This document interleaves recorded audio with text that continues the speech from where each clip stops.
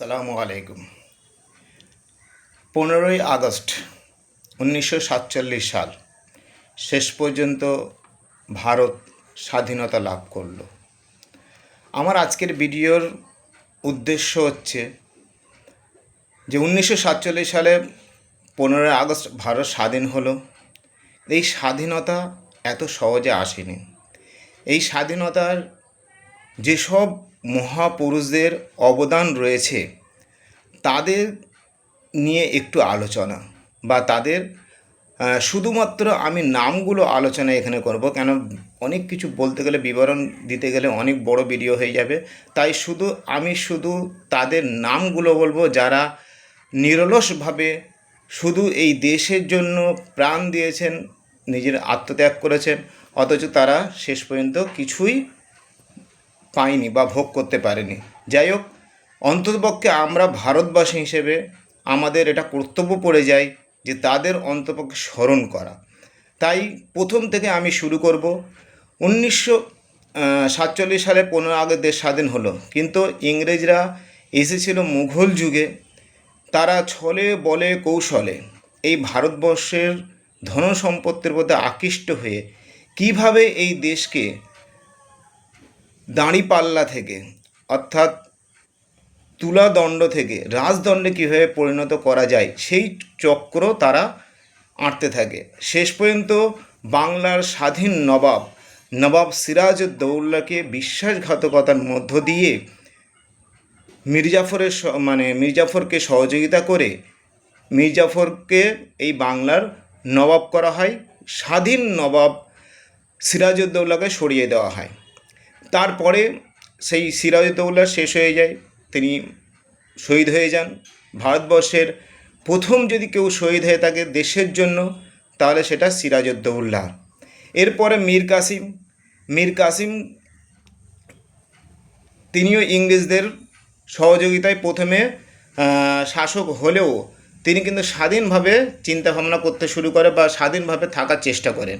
যার কারণে ইংরেজরা দেখলো যে মীর কাসিমকেও রাখা যাবে না, মীর কাসিমকে সরিয়ে দেওয়ার প্ল্যান করলো। তখন মীর কাসিম অযোধ্যার নবাব সুজাউদ্দৌলার মুঘল বাদশাহ শাহ আলম এদের সঙ্গে চুক্তি করে ইংরেজদের বিরুদ্ধে লড়াই করলেন, কিন্তু শেষ পর্যন্ত বক্সারের যুদ্ধে এই জোট শক্তি হেরে গেল।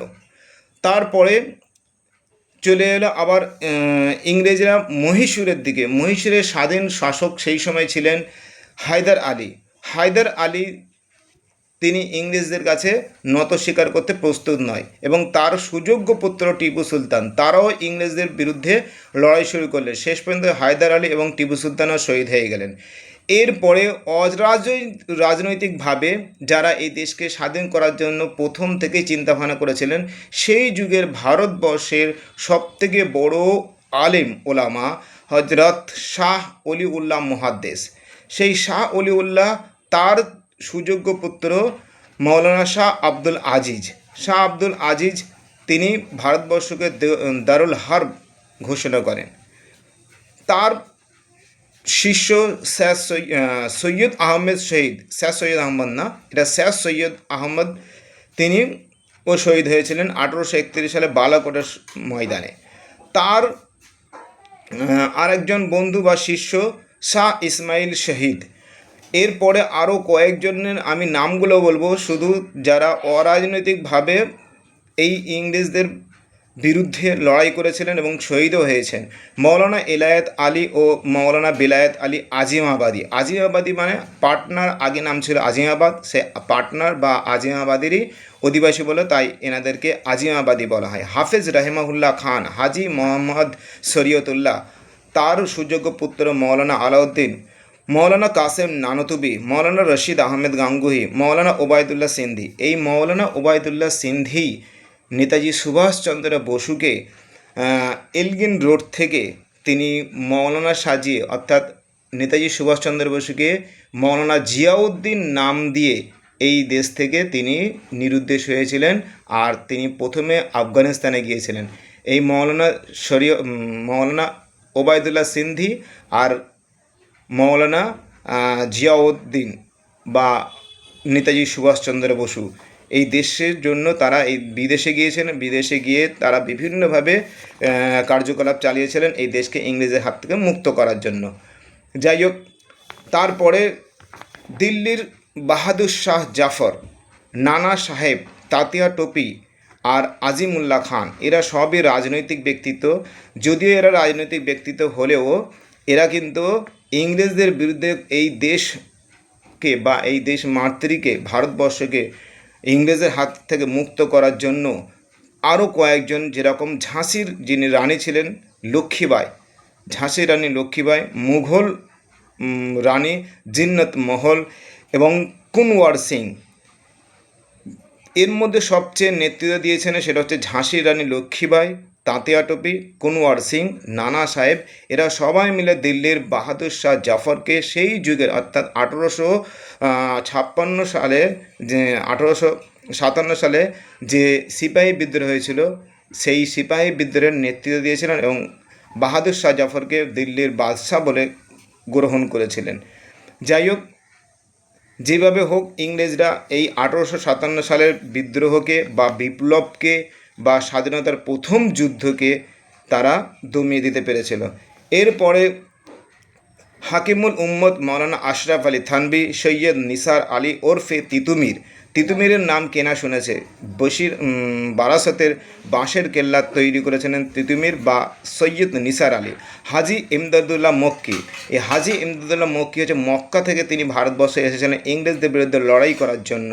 হাজি মৌলানা ইয়াহিয়া, মৌলানা জাফর থানেশ্বরী, মৌলানা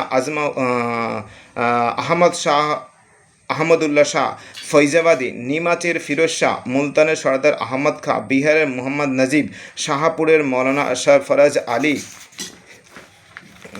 এছাড়া রয়েছে মৌলানা হুসাইন আহমদ মাদানী, মৌলানা ফজলুল হক খৈরাবাদী, মৌলানা হেদায়েত রসুল কাদরি, মৌলানা আহমদ সাইদ, মৌলানা ইসমাইল মির্ঠি, মুফতি এনায়েত আহমদ কাকরি, মুফতি আতিকুর রহমান, মৌলানা জালালউদ্দিন আফগানি। মৌলানা জালালউদ্দিন আফগানির নাম প্রায় বইতেই পাওয়া যায়।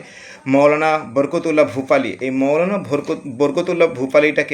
বরকতুল্লাহ ভূপালী হচ্ছে 1915 সালে আফগানিস্তানে যে ক্যাবিনেট মন্ত্রিসভা হয়েছিল, অর্থাৎ অস্থায়ী ভারতের সরকার তৈরি হয়েছিল 1915 সালে, মানে আফগানিস্তানে ভারতের অস্থায়ী সরকার তৈরি হয়েছিল। আর সেই অস্থায়ী সরকারের প্রধানমন্ত্রী হিসাবে মনোনীত হয়েছিলেন মৌলানা বরকতুল্লাহ ভূপালী। মৌলানা শিবলি নোবানি, কারি সৈয়দ সাহেব, মৌলানা আবুল হাসান নদভী, মৌলানা কাসেম গজনবী, ইসমাইল হোসেন সিরাজি, মৌলানা আব্দুর রহিম সাদেকপুরি, মোহাম্মদ শফি লাহোরি, জেনারেল বख्त খাঁ রহমতুল্লাহ সিয়ানি, হাফেজ জমিন শহীদ শাহ মোহাম্মদ ইসহাক, নজিব হোসেন, মোহাম্মদ দেহলভি, মৌলানা আইনুদ্দিন, মৌলানা সৈয়দ সুলাইমান নদভী, হাজি মোবারক আলী, মৌলানা অলি মোহাম্মদ ফলতি, মোহাম্মদ কাসিম পানিপথি, সৈয়দ নাসিরুদ্দিন। রাজা মহেন্দ্র প্রতাপ, আপনার নাম অনেকেই শুনেছেন রাজা মহেন্দ্র প্রতাপ। এই রাজা মহেন্দ্র প্রতাপ 1915 সালে যে অস্থায়ী সরকার আফগানিস্তানে তৈরি হয়েছিল, ভারতের অস্থায়ী সরকার, সেই অস্থায়ী সরকারের রাষ্ট্রপতি নাম মনোনীত করা হয়েছিল রাজা মহেন্দ্র প্রতাপকে। এই জন্য যে ভারত হচ্ছে এমন একটা দেশ যেখানে সমস্ত জাতি ধর্ম বর্ণ নির্বিশেষে বসবাস করে, যার কারণে এই ক্যাবিনেটের মধ্যে প্রধানমন্ত্রী হিসেবে মৌলানা বরকতুল্লাহর নাম অ্যানাউন্স করা হলেও রাষ্ট্রপতি হিসেবে মনোনীত করা হয়